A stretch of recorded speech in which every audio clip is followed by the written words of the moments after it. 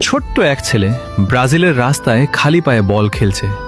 তার চোখে একটা স্বপ্ন, একদিন সে হবে সেরা। এই ছেলেটাই আজকের নেইমার। কিন্তু গল্পটা শুধু গ্ল্যামার আর গোলের না, এটা লড়াইয়ের গল্প, কষ্টের গল্প। যখন সবাই তাকে ড্রাইভার বলে হাসতো, তখন কেউ দেখেনি তার পায়ে কতবার আঘাত লেগেছে। যখন ফিফা ওয়ার্ল্ড কাপ 2014-তে ইনজুরিতে ছিটকে গেল, পুরো দেশ কেঁদেছিল। আর সে বিছানায় শুয়ে শুধু একটা কথাই ভাবছিল, আমি কি আর ফিরতে পারবো? কিন্তু নেইমার থামেনি। সমালোচনা, ট্রল, ইনজুরি সবকিছুকে হারিয়ে আবার মাঠে ফিরেছে। কারণ তার জন্য ফুটবল শুধু খেলা না, এটা তার জীবন, তার ভালোবাসা। তাই মনে রাখো, মানুষ তোমাকে নিয়ে হাসবে, প্রশ্ন করবে, কিন্তু যদি স্বপ্নটা সত্যি হয়, তাহলে একদিন তারাই তোমার গল্প বলবে। এই গল্পটা নেইমারের, আর হয়তো তোমারও।